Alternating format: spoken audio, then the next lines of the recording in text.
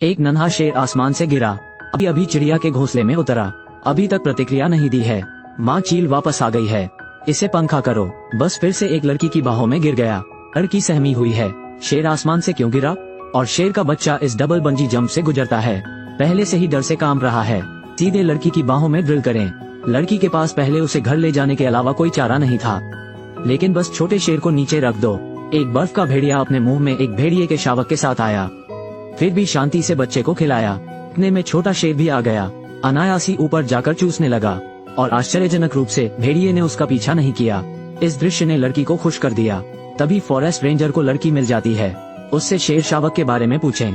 पता चला कि अभी कुछ दिन पहले शिकारियों ने शेर के शावक की मां को मार डाला, फिर शेर के बच्चे को एक सर्कस को बेच दिया, लेकिन परिवहन के दौरान बिजली गिर गई। जंगल में विमान दुर्घटना, छोटा शेर बच गया। छोटे शेर के साथ क्या हुआ जानने के बाद लड़की ने रेंजरों को यह नहीं बताया कि उसके घर में उसके साथ क्या हुआ। वापस जाने के बाद दो पेट भरे छोटे लड़के पहले से ही सोफे पर खेल रहा है।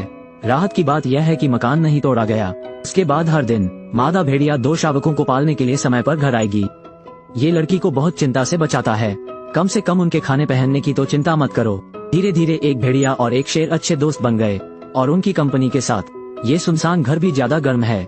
ये लड़की की पियानो परीक्षा का समय है। वो कुछ दिनों के लिए जा रही है। जाने से पहले उसने जानबूझकर खिड़की खोल दी। आधा भेड़िए के लिए अंदर आना और खाना खिलाना सुविधाजनक होता है, और लड़कियां भी बहुत अच्छा कर रही हैं।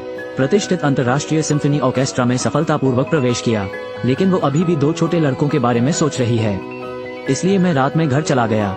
द्वार में प्रवेश कर सकते हैं। मुझे पता चला कि घर टूटा हुआ था। दो छोटे लड़के हर जगह भोजन की तलाश में भूखे हैं। लड़की को पता चलता है मादा भेड़िया शायद काफी समय से चारा खाने नहीं आई है, इसलिए वो दो छोटे लड़कों के साथ खोजने के लिए निकल पड़ी। लेकिन पूरे द्वीप में खोजा गया, मादा भेड़िए का कोई निशान नहीं। पता चला कि लड़की के जाने के एक दिन बाद दो शिकारी द्वीप पर आए। उन्हें बर्फ का भेड़िया मिल गया और ट्रैंकुलाइजर गन से उसे नीचे उतारा। कोई रास्ता नहीं, लड़की को कैन खोलना पड़ा। पहले दो छोटों को खिलाओ। निगले हुए छोटे आदमी को देख रहा हूँ। लड़की उदास है। जिसने अपनी माँ को खोया है वो भी इस दर्द को समझती है, इसलिए उसने बैंड में जाने का मौका छोड़ दिया, यहाँ रहने और उन्हें बड़ा करने की योजना। एक साल बाद भेड़िया और शेर दोनों जानवर बन गए। लड़कियों को उन्हें खिलाने के लिए प्रतिदिन द्वीप से बहुत सारे मांस लाने की आवश्यकता होती है, लेकिन आज भी वो लड़की उन्हें नहीं मिली। उसी दौरान एक माँ बेटी टापू में घुस गई। लड़की घूम गई। भेड़िया और शेर उनकी ओर दौड़ रहे हैं। लड़की जंगल में निकल गई। एक खूंखार शेर ने देखा और उसके पास आ गया, लेकिन इससे सिर्फ लड़की के जूतों की गंध आ रही थी। तभी एक हिम भेड़िया भी उसकी ओर दौड़ा, और यह सिर्फ लड़की पर बरसता है। देखिए, उसने कोई जवाब नहीं दिया है। दो खूंखार जानवरों ने अपना सिर आसमान की तरफ उठाया और जोर से दहाड़ने लगे। पता चला कि वे बच्ची को बचाने की कोशिश कर रहे थे। मैं किसी का इंतजार नहीं कर रहा हूँ। वे पूरी रात युवती के पास ही रहे। वे एक बार अपनी माँ को खो चुके हैं।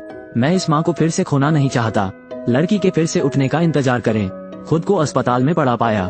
पता चला कि यह भेड़ियों और शेरों की चीख थी। वन संरक्षण को आकर्षित करें। लड़की ने बस अपनी जान बचाई, लेकिन वो अकेले में जंगली जानवरों को खाना खिलाती है।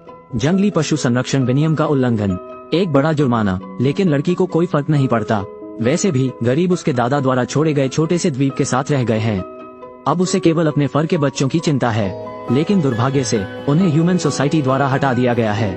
स्नो वुल्फ को रिसर्च के लिए भेजा गया था। ये यहाँ अपनी माँ से भी मिला, और शेर को वापस सर्कस में भेज दिया गया। उन्होंने उसकी कीलें नोच ली और ट्रैंकुलाइजर से इसे नियंत्रित किया। इसे एक सर्कस मनी मेकर में बदल दें। जब तक तुम नहीं मानोगे तब तक तुम्हें कोड़े मारे जाओगे। जंगल के पूर्व राजा अब लोगों के मनोरंजन के लिए जोकर की तरह लड़की की तरफ, क्योंकि वो बालों वाले बच्चे को लेकर चिंतित थी। जब नर्स ध्यान नहीं दे रही थी तो अस्पताल से चुपके से निकल गई। स्नो वुल्फ की सुरक्षा की पुष्टि करने के बाद उसे केवल शेर की चिंता है। वो एक और सर्कस ढूंढती है। किसी से पूछो, क्या यहाँ कोई शेर है? लेकिन वो उस सर्कस से नहीं मिली जहाँ उसका बालों वाला बच्चा रहता था। इस काले दिल वाले बॉस की वजह से एक नौटंकी के रूप में एक शेर का उपयोग करना शो का पूरा शेड्यूल बनाए, यहाँ तक कि एक शहर को एक दिन बदले। इस दिन जब सर्कस का कारवां वैज्ञानिक अनुसंधान संस्थान के पास से गुजरा, स्नो वुल्फ को अचानक एक अच्छे दोस्त शेर की गंध सूंघी, इसलिए बड़ा गड्ढा खोद दिया। भाग निकले सर्कस की ओर। पूरे रास्ते चल रहा है। ये स्नो वुल्फ शेर को जेल से भागने में मदद करने वाला है। लॉक करने योग्य बहुत मजबूत है। तो भेड़िए ने एक तरकीब सोची। यह अपने मुंह में एक छड़ी के साथ आया था। पिंजरे में एक छोर चिपकाओ। शेर ने देखा तो तुरंत समझ गया, बस आगे बढ़ा और डंडा काट लिया। भाइयों, ये पिंजरे को रास्ते से हटाने की कोशिश कर रहा है। परिणाम क्लिक है, लाठी टूट गई। सर्कस के मालिक ने हरकत सुनी। आओ इसकी जांच करें। बर्फ का भेड़िया बॉक्स के पीछे छिप जाता है और एक अवसर की प्रतीक्षा करता है। जिस क्षण मालिक ने पिंजरा खोला, भेड़िया दौड़ा और उसे नीचे फेंक दिया। उसके प्रतिक्रिया करने के बाद भेड़िया और शेर बहुत पहले भाग चुके हैं।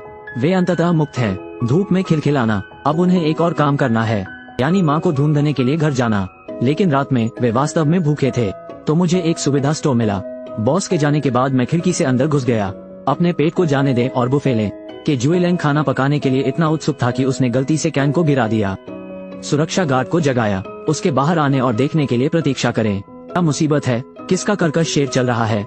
वो वापस ऑफिस भागा और अलार्म बजाया, लेकिन इन दोनों को कोई फर्क नहीं पड़ता। खाने पीने के बाद भी मैं अपना खाना पचाने के लिए शहर में इधर उधर भटकता रहता हूँ।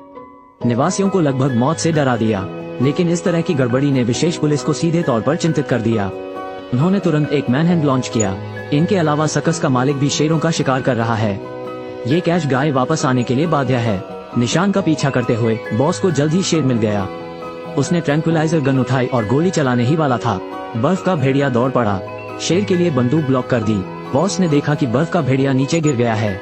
वो डरा हुआ है, क्योंकि उसने जिस एनेस्थीसिया का इस्तेमाल किया था वो स्नो वुल्फ के लिए घातक होगा। हिम भेड़िया एक लुप्तप्राय प्रजाति है। उसे परेशानी होने की चिंता थी। वो अपने बेटे को लेकर मौके से फरार हो गया, लेकिन उसने ध्यान नहीं दिया। जाने से पहले बेटे ने दवा समझने के लिए चुपके से बर्फ के भेड़िए को खाना खिलाया और उनकी माँ को खबर लग गई। मौत के लिए चिंतित। पहाड़ विशेष पुलिस से भरे हुए हैं। अगर उन्हें 2 फर के बच्चे मिल जाते हैं, निश्चित रूप से उन्हें गोली मारो। इस समय लड़की ने अचानक सोचा, वे अपना खुद का पियानो सुनते हुए बड़े हुए हैं, इसलिए मैं तेजी से कार में वापस गया। पियानो संगीत बजाते समय उनकी तलाश करते हुए वास्तव में शेर ने पियानो सुना और सड़क के किनारे आ गया। अंत में माँ से मिले। लड़की उत्साह से कूद रही है, लेकिन शेर ने उसे जंगल में जाने के लिए कहा। वे मुड़ते और मुड़ते हैं। मैं उस लकड़ी के घर तक गया जहाँ मैं आया करता था, और यहाँ बर्फ का भेड़िया पड़ा है, बस थोड़ा कमजोर। जल्द ही विशेष पुलिस भी यहाँ मिल गई। उन्होंने अपनी बंदूकें उठाई और सीधे केबिन में चले गए, लेकिन अंदर कोई नहीं है। ये पता चला कि इस लकड़ी के घर में एक गुप्त मार्ग है। लड़की भेड़िए और शेर को गुप्त रास्ते पर ले जाती है। एक पेड़ के छेद से बाहर आया और उसका घर नदी के उस पार है। बस तैरो और वे सुरक्षित रहेंगे, क्योंकि वो द्वीप एक निजी डोमेन है। लड़की की इजाजत के बिना पुलिस को भी अंदर नहीं जाने दिया जाता। हालांकि स्वाट ने उन्हें ढूंढ लिया। शेर उत्सुकता से दहाड़ता है, कहता हुआ प्रतीत होता है, तुम जाओ, मैं टूट गया हूँ। फिर दृढ़ता से घूमो, जंगल में जाओ, स्थिति अत्यावश्यक है। लड़की के पास पहले बर्फ के भेड़िए को लेने के अलावा कोई विकल्प नहीं था, लेकिन लंबा नहीं। मैंने अपने पीछे बंदूक की आवाज सुनी। लड़की का दिल टूटने वाला है। आश्रय जाने के बाद वह पहले ही आंसुओं में रो चुकी है और बर्फ का भेड़िया दूसरी तरफ देख रहा है। लड़की उदास होकर बोली, यह वापस नहीं आएगा। हिम भेड़िया रोना। लेकिन इस समय जंगल में चहल पहल थी। तभी एक जानी पहचानी आकृति धीरे धीरे बाहर आई।